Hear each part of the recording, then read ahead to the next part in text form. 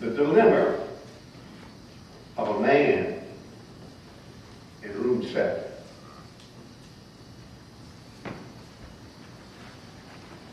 The question was brought up this morning about the word in the Bible class about man and men. And when we talk about women and men, we talk about he and her and she. Well, I want to tell you, read your bulletin. Be sure to read it. There's a whole lot in the bulletin about the research of men and women, and from the biblical concept, what does the word man mean, and what does the word men mean? The word man comes from the word anthropos. It means the humankind. But when you talk about men in the position of worship in the church, is that Paul say, I would not, listen to me. Paul said, I would that not men, that women would usurp authority over the men in worship. I'm not saying, this is not Lee Henderson. And I'm not what they call a macho pig. Chauvinist, they used to call it a macho chauvinist pig. You got me? Yeah. I'm talking about it. I would that women, that's in the anthropos, usurp, that means being in a position of authority in the worship. Women, it is wrong for you to try to teach the church in a worship, organized worship service. Get them straight. Understand the gender.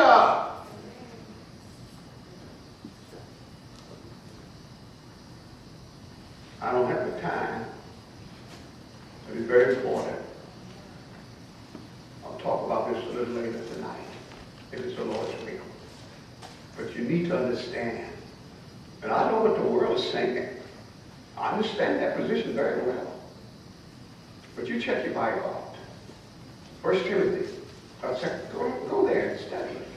And Timothy, as Paul wrote to the church. I listened to a man today, and this morning I listened to a man, a professor.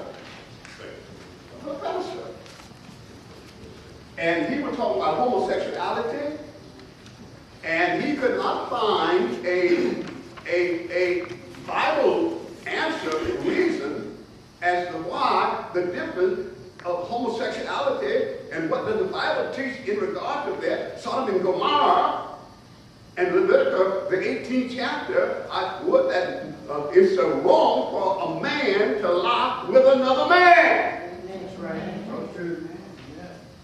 You know what he said?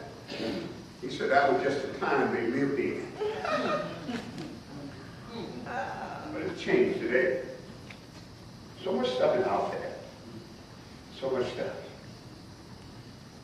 But now, let's look at this lesson. The man, and I want to use the same principle. The man, the dilemma of a man in the room 7. Brother Darrell, the room here is the room of the mind. You understand? Now let's look at this. You know what? I'm going to tell you something. You want to be a teacher? You want to learn how to be a teacher of God's Word? Church. Because the church is in dire need of teachers. I'm going to tell you this, and I'm not denigrating anybody. I've never seen so much complacity in the church as today. Brother Thomas in our time, Brother Thomas, remember the F.F. Carson, R.L. Hogan, Bauer, you remember those? Keebler? I don't know where that teaching going to. I'm concerned about the direction that the church is going. We're becoming so liberal that anything it can go on. Disrespect in the worship service is out of control. The fear of the Lord is the beginning of wisdom, but fools despise instruction. Proverbs chapter 1, verse 7. Ecclesiastes chapter 12. matter. Let us do what? Fear God and do what? Keep his commandment. But this is the holy. I'm talking Bible here. Let's look at this for a moment. Let's look at this. You can take this here and teach. All you need is some scripture to back it up. I don't want your opinion. Your opinion is good as mine. But when it comes to facts, facts are facts. And they can't be disputed because they are the truth. You're welcome to your opinion. I'm welcome to mine. The Bible says does what? Prove all things and that which is good. I'm talking Bible here. Central focus. What is our central focus? The Word of God. Romans 10:17. So then faith comes by hearing, and hearing by the Word of God. What should be always our focus? See that Bible open there? Seek ye out of the book, Isaiah 34:16. Write it down. Seek ye out of the book of the Lord and do what? Read. And if you do that, none of the things that are in this book will do what? Fail you or want its mate. Hear me closely. Isaiah 34:16. Seek ye out of the book of the Lord and read. 2 Timothy 2:15. I'm looking at my book bulletin. Isaiah, the Bible's open. I'm looking at it. 2 Timothy 2:15. Study to show thyself approved unto God, a workman that need not to be ashamed. But what? Rightly. Not wrongly. Rightly dividing the word of truth. I'm looking at the scripture. I'm looking at it again. What do you mean by pathway to spiritual reality, Brother Henderson? I'm talking Bible. Pathway. Jesus says in John 8:24, unless you believe that I am he shall die in your sin. I'm talking the pathway to reality. John chapter 14, verse 6. Jesus said that I am the way, the truth, and the life. No man comes to the Father but by me. And then let's tie it down. You think you're going the right way? I don't care what you say, preacher. I don't care what that man says. Proverbs 14:12. There's a way that seems right unto man, but the ways thereof are the ways of the death. Romans 6:23. For the wages of sin is death, but the gift of God is eternal life. Talking Bible here. I'm talking Bible in the 21st century. You're looking at your Bible? You're looking at your bulletin? This is designed for you and me. Look at this man. Look at him. That's true. Look at him. That man, you know what he's in? He's just like the man in room 7. He's in a dilemma. He's in a dilemma. He's twitched between two opinions. He's in a dilemma and he's in agony. Why, Brother Henderson? This man here, I'm talking about the man, the dilemma of a man in room 7. Anytime we are in a dilemma, it means that we are trying to make a choice as to which way, a direction to go, and I'm not sure.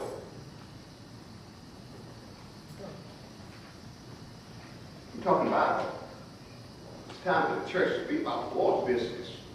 We need to cut loose from our own agenda. I find this is more prevalent than ever in the church, Brother Thomas. More people in the church got a personal agenda today than ever before, and I just don't understand that if I fear God. We all got, you know what we're developing into? We have developed into a gender designed by me, by myself. Agenda. Every one of us have an agenda. What is your agenda? The word agenda goes with motive. My question is, what is your motive for coming to a worship service here at 25th Street? What is your motive? I don't question that. That's between you and God. I will never judge your motive. But what is your motive? Are you attached to somebody particular here that caused you to be here? Is it because you like a certain preacher? Oh, I wish that, how come that brother don't preach? Let this brother preach. My goodness, what you talking about? I don't know why this brother can't preach. How come he's preaching? How come that one's not preaching? Is he preaching the word of God? We the dividing the church, running around here about who's preaching, who's not going to preach, and why come this and ain't preaching, how come this and is doing this, and what's going on here? Amen.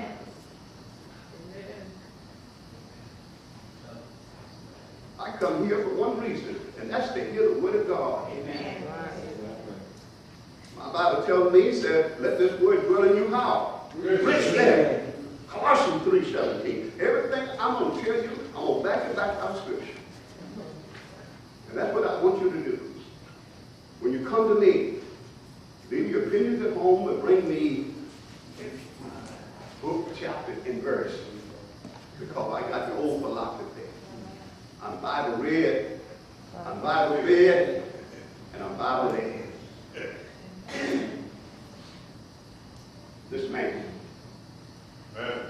in the room of the mind, the room of the mind, you say, the room of the mind. He that is of the, he that is of the flesh, mind the things of the flesh. But he that is of the spirit, mind the things of the spirit. I get so wrapped up in my own personal agenda till I lose focus of the purpose that we're here. I don't have to be up here preaching. I can sit down there and listen to somebody else. You know what? I'm telling you, I want you to know something. God has blessed me. I'm secure with God's blessing. So I'm worried about, you know what, this idea, I'm worried about who likes me and don't like me. That's your problem. Yes, sure is. You know what I'm saying? I'm here for one particular reason. To please God. Now, this is my philosophy there. I believe that every Christian should stand on common ground. Every Christian should come together on common ground. But if we cannot come together on common ground, then I have to back up and stand my ground. You know what I'm saying? Preach the word. Be instant in season. Out of season. Reprove, rebuke, exhort, all long suffering.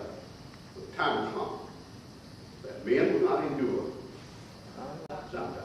That's right. That's true. I don't have no heaven for you. Neither you for me. I don't have no hell for you, and neither you for me. That's right. That's the scripture this morning. When the times come.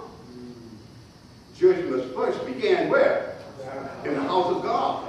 And if the scarcely, if the righteous scarcely be what? Saved, where will the sinner and ungodly appear? I'll tell you what they're going to appear. They're going to appear what that man that Luke said in the 16th chapter. In hell,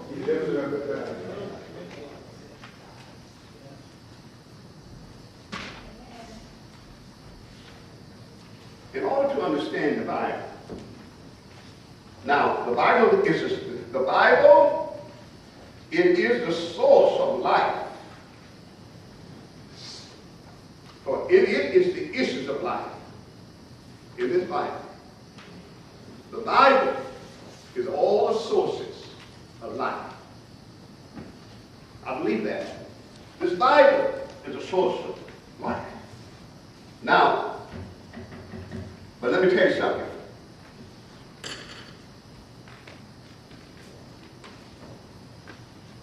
There are certain things that revolve in the human nature that this Bible does not get. You can't find the answer here. That's right.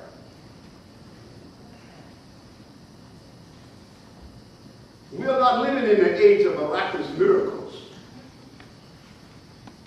There is a man alive today that can put his hand on somebody and bring them back alive or heal them. When you hear these false prophets talking about speaking in tongues and healing and all that business, you know what I want him to do? I want him to follow me to the convalescent home. Heal all those people. Yep. If you tell me that you got the power to heal somebody, I'm saying, come on, go with me. I'm going to take them to the convalescent home. Because that's a whole lot of people that we know, not only in the convalescent home, but in their home sick. Heal them.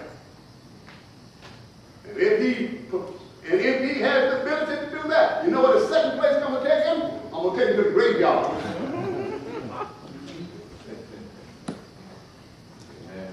We're not living in the age of miracles. Seek ye out of the book of the Lord and read. Jesus said in John 10:10, Jesus said that I have come that you may have life and that you may have it how? This is it. But let me tell you something, church. The Bible is not the answer to everything.